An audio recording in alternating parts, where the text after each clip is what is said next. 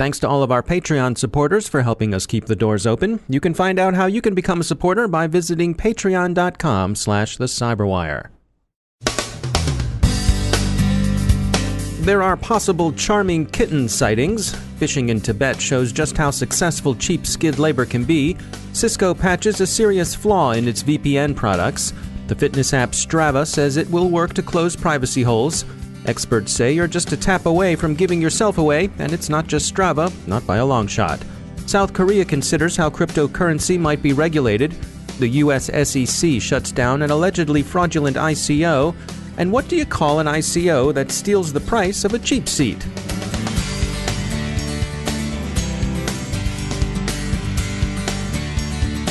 Time for a few words from our sponsor, Cylance. You've probably heard of next-generation anti-malware protection, and we hope you know that Cylance provides it. But what exactly is this next generation, and why should you care? If you're perplexed, be perplexed no longer, because Cylance has published a guide for the perplexed.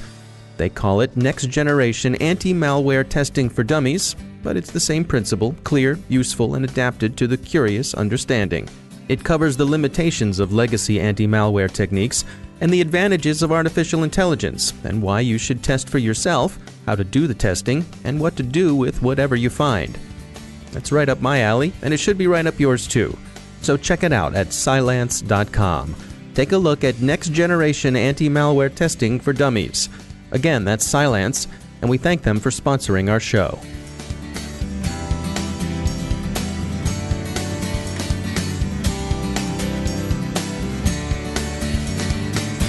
Major funding for the CyberWire podcast is provided by Cylance. I'm Dave Bittner with your CyberWire summary for Wednesday, January 31st, 2018. Hackers thought to be associated with Iran have been phishing Israeli nuclear scientists. The bait consists of links to bogus British news sites.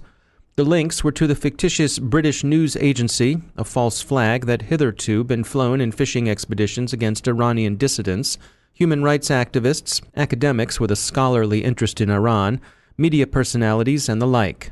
Researchers at the Israeli cybersecurity company Clear Sky attributed those earlier efforts to the threat actor called Charming Kitten, which Clear Sky said was Iranian and state-sanctioned. The latest round of phishing that targeted Israeli scientists is also being attributed to Charming Kitten, but of course this is early, and attribution is notoriously both circumstantial and difficult. A quick taxonomic note: threat groups associated with Iran tend to have feline names, presumably by association with Persian cats. Those associated with Russia are bears, those with China are often pandas. Phishing in the interest of state security can be done cheaply and without much skill. The University of Toronto's Citizen Lab has a report on a campaign directed against members of the Tibetan community. For just a little more than $1,000 and some pretty ordinary web development and sysadmin tools, the phishers successfully spied for 19 months.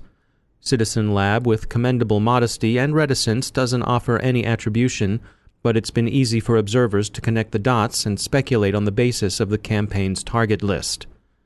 The targets include Tibetans, to be sure, but also members of China's minority Muslim population and adherents of the Falun Gong religious movement, a movement not in good odor with the government in Beijing. All of this suggests a Chinese government operation, or at least one closely aligned with the government's interests. Citizen Lab suggests the actors may be low-level contractors, but it's unclear who gave them the targets or how that hypothetical customer consumed the information the contractors delivered. It's a cautionary tale of phishing.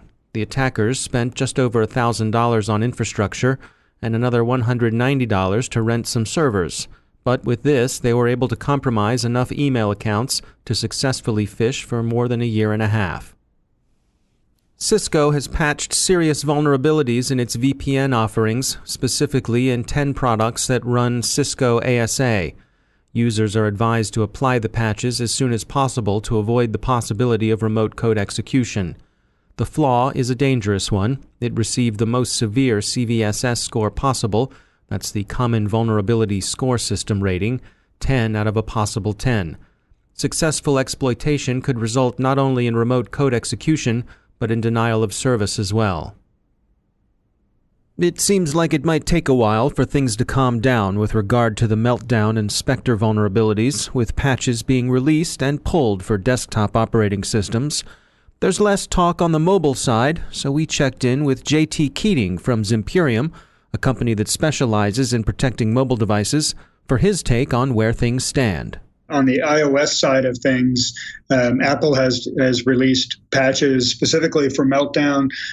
They were in the process of sending out updates to Safari, which was going to be their solution to how to handle Spectre. Google pretty much followed suit when it came to the exact same thing. But of course, with Google, we've got the challenges associated with how changes actually make their way through the Android ecosystem. Pretty consistently, when we do our global threat data, we see that well over 2/3, if not, sometimes, depending on timing, 80% of Android devices are running out-of-date operating systems, whereas it's about 1/3, 25% to 1/3 for iOS. But the patches allegedly for both of those are out. It's now a matter of whether or not users upgrade and whether or not on the Android side of things that it actually percolated all the way through their ecosystem. Yeah, and I think part of what's been puzzling for people is there's been a lot of uncertainty. On the desktop side, the patches are released and then pulled back, and they've said upgrade or update, and then they've said no, hold back on updating. Do things seem a little more settled on the mobile side? They are, from a perception standpoint. And one of the biggest differences between mobile and traditional endpoints is that there's no such thing as a patch management system, right? So when enterprise security guys, it's funny, you talk to any enterprise security guy, they'll tell you that the single greatest security risk to a company is a carbon-based life form. It's a human being, right? Well, in traditional endpoints, you've got a patch management system like BigFix or something, and then you've got centrally managed antivirus, and you've got centrally managed network firewalls and everything like that. Well, now you take this user that makes bad enough mistakes as it is with all of those precautions, and you give them a supercomputer, and you say, okay, now you're the admin for this. You're responsible for deciding what networks you're going to go in and out of. You're responsible for deciding what apps you're going to download. And oh, by the way, I'm totally beholden to you to update your devices, right? So whereas advice like, well, push the patch out. No, let's roll it back because we found that there might be some issues with performance, for instance. On the traditional endpoint side, you don't really get that on the mobile side. So even though it's probably, there might be some situations where they're like, maybe we need to push out another version of the patch. They don't have that ability to play the push me, pull you that you were discussing on the traditional endpoints. So what we see a lot of times is they just won't say anything at all. They'll just wait and then just do another patch. So for instance, Apple came out with another patch this week, a couple of days ago. One of those included some stuff for Meltdown. So that's what they do, is they'll just push out another patch as opposed to say, well, let's roll that one back, because they have no ability to roll it back. On the mobile side, is there any indication of what we might expect to see in terms of performance hits? We've seen a lot of estimates on it, but the estimates on mobile seem to be significantly less than some of the predictions we've heard in some of the other places. It seems that the biggest hits from people I've been talking to have been in larger processing environments, cloud environments, server farms, things on those lines. The percentages we've heard have been, relatively low. And we're talking like single digit 1%, 2% type stuff. It hasn't seemed to have been a major issue. There was a lot of FUD about it right off the bat. But in terms of any testing, and we've been doing some testing, we haven't seen any truly significant performance impacts on the mobile devices that we're playing with. Now, I'm sure if you're dealing with really older versions, it'd probably be more noticeable. But the little supercomputers today, it hasn't seemed to have been that big of a deal. That's JT Keating from Zimperium. The CEO of Strava promises to work with the U.S. military and government to better keep sensitive data secure. The company's fitness app generated a publicly accessible heat map of user activity that could be readily correlated with the location of sensitive U.S. bases. Even anonymized and aggregated data can yield interesting intelligence. An opinion piece in Technology Review argues that when it comes to user privacy, you're probably on your own. A report in The Guardian seconds that conclusion, noting that Strava isn't the only app tracking you. You're just a tap away from giving yourself away. Look closely at the permissions you give your apps. In cryptocurrency news, South Korean authorities report that recent fraudulent coin speculation and theft has produced some $600 million in fraud. They will permit trading to continue, however, as they work through how they might better regulate that country's thriving, early adopting cryptocurrency market. And the U.S. Securities and Exchange Commission last week alleged fraud and shut down Arise Bank's initial coin offering. It's not just the alleged fraud, the SEC said, but also Arise Bank's failure to properly register what it was selling as a security. This continues the SEC's pattern of regarding many cryptocurrency offers and instruments as securities. And finally, we're used to thinking of larceny as being either grand or petty. But what comes below petty? Bite-sized? Teeny? Nano? We're not sure, so we'll call this one Malyushki, because the amount scammed in this one seems to warrant its own category. This Lithuanian outfit, calling itself Prodeum, came out a couple of days ago looking like the usual frothy but implausible blockchain startup. Their stated mission was the tracking of every piece of food on the internet. What, you say? Why would anyone want this? And in what sense can food be said to be on the internet outside of, Minecraft or SimCity? Well, never mind, Granny, you just don't get it. It's blockchain. Maybe it's like for sustainable harvesting or non-GMO or something like that. Wasn't there this iced tea company that blockchained itself? And let's not forget Vapor-Coin, the cryptocurrency that's letting Muscovites eat themselves into a fortune. Anywho, Grandpa, Prodeum came up with a typical-looking initial coin offering with tokens offered and tokens promised. But then, after a short and happy life of scamming people, Prodeum replaced its site with one that displayed just one word, a two-syllable word for an intromittent organ, which we will euphemize our way around because we're a family show. And what did the scammers get? Estimates differ, but one that seems right to us puts the take at $11. That's 11, count 'em, 11 Yankee greenbacks, which will get you one upper deck seat at some Orioles ball games with nothing left over for a hot dog or a natty bow.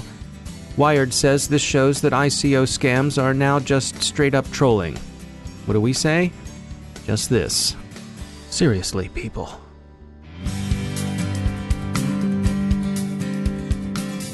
Now a moment to tell you about our sponsor, Observit. The greatest threat to business today isn't the outsider trying to get in. It's the people you trust, the ones who already have the keys. Your employees, contractors, and privileged users. In fact, a whopping 60% of online attacks today are carried out by insiders. Can you afford to ignore this real and growing threat? With Observit, you don't have to. See, most security tools only analyze the computer, network, or system data. But to stop insider threats, you need to see what users are doing before an incident occurs. Observit combats insider threats by enabling your security team to detect risky activity, investigate in minutes, effectively respond, and stop data loss. Want to see it in action for yourself?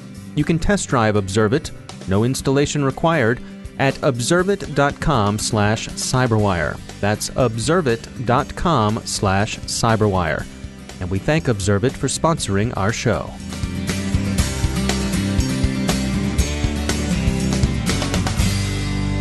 And I'm pleased to be joined once again by Dr. Yossi Oren. He's a senior lecturer at the Department of Software and Information Systems Engineering at Ben-Gurion University, and he's also a member of BGU's Cybersecurity Research Center. Yossi, welcome back. Today we wanted to talk about some research that you all have done about some vulnerabilities with mobile device cases. What do we need to know here? Let's assume you're a really security conscious person and you don't install anything on your phone that you don't trust. And you do all your repairs in the Apple Store and you only install official software and so on. But let's say that somebody gave you a nice present. It's a phone case. It's a little piece of plastic you put around your phone. Right. And what possibly could go wrong with that? Nothing. Right? Nothing. It's just a piece of plastic. It doesn't connect to your phone in any way, right? It doesn't touch it. Right. It just surrounds it. So we were looking at a way. This is research which was done together with a graduate student called Tomer Glick, and jointly supervised by myself and by Dr. Asaf Shabtai. So we were trying to think, what if we could build a keylogger which didn't actually need to touch the phone? So Tomer built something we call the Curious Case. It's a phone case which actually records all your touches. And how it does that is very, very interesting. So remember, it doesn't touch the phone, it doesn't touch your finger, it doesn't connect to the phone in any way. So from the outside, it just looks like a regular plastic or rubberized case. Exactly. All right. So there is a phenomenon called Capacitive Sensing or Capacitive Sensing, which is actually used in some kind of touchscreens. I think in ATMs it's used. And it's designed on the principle that your finger actually changes the capacitance of the thing that's close to. So if you, I'm not going to do, 201 electrical engineering here, but if you charge and discharge a capacitor very quickly, you're going to get, the capacitor is going to smooth out this charging and discharging and make it into a very, very smoothed out wave. As the better the capacitor is, the smoother the wave is. Sure. And if you put your finger between the two plates of the capacitor, it's going to ruin this capacitor's capacitance, and then the wave is going to become very sharp. It's going to lose its smoothness. And there's actually a way to build the touchscreen using this method. How do you do it? You take two pieces of conductive metal. In our case, Tomer actually bought a cigarette pack, and he threw away all the cigarettes because smoking is bad for you. And he took the aluminum foil wrapper inside the cigarette box, and he cut it into 5 strips. And again, you can see pictures on our website. You put 4 strips around the perimeter of the phone. Again, this is inside the case, and 1 large plate on the back. And what actually did, we treated this as a set of 4 capacitors. And we charged and discharged them very quickly. And using some signal processing, Tomer was able to discover where the user's finger is. Again, the finger is not touching the case, it's touching the phone screen. But we actually did a nice experiment where we did some machine learning and discovered the user's unlock pattern. So we had several unlock patterns which were being drawn on the screen. And this curious case was able to discover which one of these patterns was being used. Wow. Be cautious of those free devices you get at trade shows. Yes, so let's say you don't think that something which touches your phone could be dangerous, only if it connects to your phone.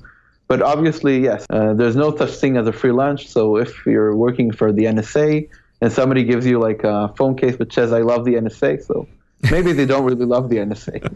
Right. All right, fascinating stuff as always. Dr. Yossi Oren, thanks for joining us. And that's the Cyberwire. Thanks to all of our sponsors for making the Cyberwire possible, especially to our sustaining sponsor, Cylance. To find out how Cylance can help protect you through the use of artificial intelligence, visit Cylance.com. And thanks to our supporting sponsor, E8 Security. Follow the behavior, find the threat. Visit E8Security.com to learn more. The Cyberwire podcast is proudly produced in Maryland out of the startup studios of Data Tribe, where they're co-building the next generation of cybersecurity teams and technology. Our show is produced by Pratt Street Media with editor John Petrick, social media editor Jennifer Iben, technical editor Chris Russell, executive editor Peter Kilpie, and I'm Dave Bittner. Thanks for listening.